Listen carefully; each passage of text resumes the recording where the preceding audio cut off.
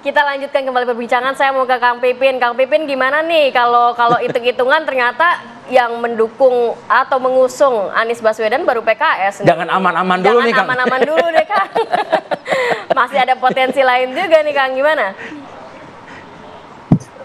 Ya tentu kami kan tidak punya kemewahan pilihan selain harus koalisi. Jadi ini yang harus kami sadari. Dan ini juga yang kami khawatirkan ya, bahwa terkadang di beberapa tempat di pilkada di daerah ya, itu memang dipaksakan kota kosong. Jadi bahkan calon yang dengan elektabilitas besar termasuk incumbent akhirnya tidak bisa berlayar karena tadi ada upaya untuk menyudutkan salah satu calon supaya tidak dapat tiket dan tidak bisa berlayar. Nah, saya kira ini tentu mudah-mudahan ini tidak terjadi dan kita akan lihat bagaimana petanya ke depan.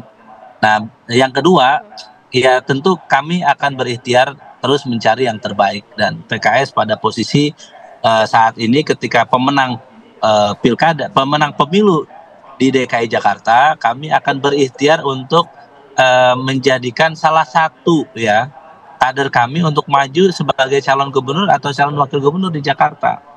Jadi ini pelajaran dari 2017 yang waktu itu kami di Jakarta seharusnya dari PKS bisa dicalonkan, tetapi kami kemarin sempat untuk legowo lah memberikan kepada yang lain. Tapi untuk kali ini kami akan berusaha semaksimal mungkin kepercayaan yang telah diberikan oleh warga Jakarta ketika kami menang pileg, kami akan berikhtiar supaya kader kami menjadi salah satu calon, bisa gubernur atau wakil gubernur.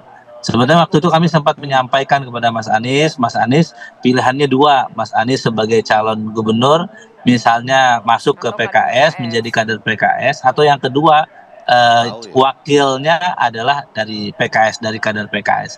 Jadi itu salah satu opsi yang kami sampaikan. Dan untuk itu kami tugaskan kepada Mas Anies, silahkan kalau mau dapat dukungan dari PKS, wakilnya Pak Sohibul Iman. Nah, ketika wakilnya Pak Sohibul Iman, maka ayo kita bareng-bareng kemudian penuhi tinggal 4 kursi saja. Kan ada 9 partai 8 partai di DKI yang bisa menggenapkan menjadi lebih dari 22 kursi di DPR RI di Jakarta. Jadi saya kira tadi ikhtiar yang terbaik, mencalonkan yang terbaik dari dua sosok yang ideal ini, Pak Anies, Pak Sohibul Iman, akan kami ikhtiarkan sampai pada titik mana secara rasional apakah ini bisa berlayar atau tidak. Itu juga akan menjadi pertimbangan kami. Usaha terus dilakukan oleh PKS begitu ya. Bang Ege, tapi menarik tadi dikatakan Kang Pipin ada di sejumlah wilayah termasuk di Jakarta upaya untuk melawan kota kosong. Nah, saya mau mengatakan gini, ini kota kosong ini juga ada urusannya dengan saya di Mahkamah Konstitusi waktu itu. Nah, sekarang saya rasa saya sedang mencoba mempelajari undang-undang pemilunya, kapan perlu, masih ada waktu sampai 27 Agustus kita mau melihat begini. Keliru ternyata untuk menetapkan pendaftaran calon perorangan itu ya sebelum calon-calon dari parpol. Malah logika yang terjadi pada saat ini dengan kekuasaan yang menang, kemudian pilkada serentak itu menyusul setelah pilpres, itu justru harusnya ya pendaftaran perorangan itu di belakangan. Misalnya diberi 3 hari sesudah pendaftaran parpol.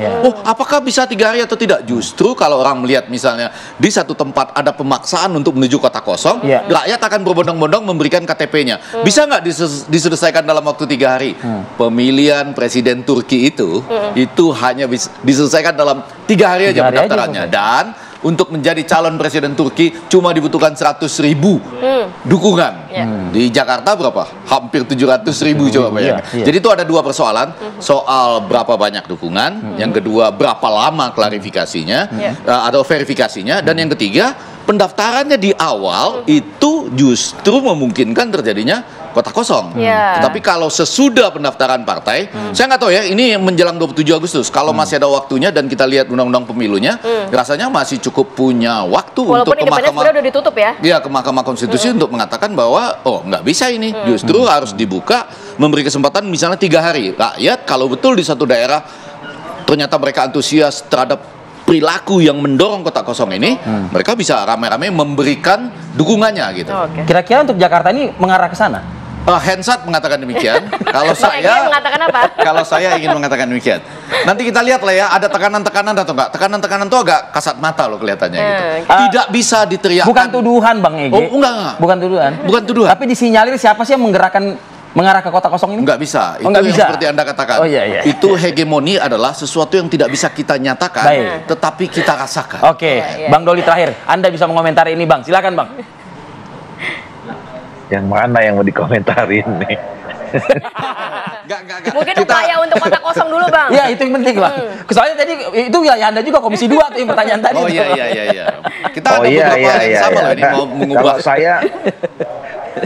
Kalau saya sama Pak Prof Ege ini udah sepakat bahwa kita ke depan memang banyak yang harus disempurnakan ya. Kami juga di Komisi 2 sejak awal periode ini juga sudah mengusulkan ya adanya revisi undang-undang tentang pemilu, undang-undang tentang pilkada begitu loh.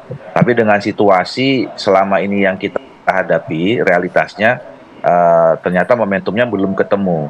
Nah, mudah-mudahan besok di awal periode pemerintahan baru dengan segudang kita punya pengalaman ya di pileg dan pilkada, pilpres yang dilaksanakan bersamaan dan berdekatan gitu ya. Memang ini agak unik lah Indonesia ini. Kita punya 3 jenis pemilu ya, pilpres dan pileg bersamaan.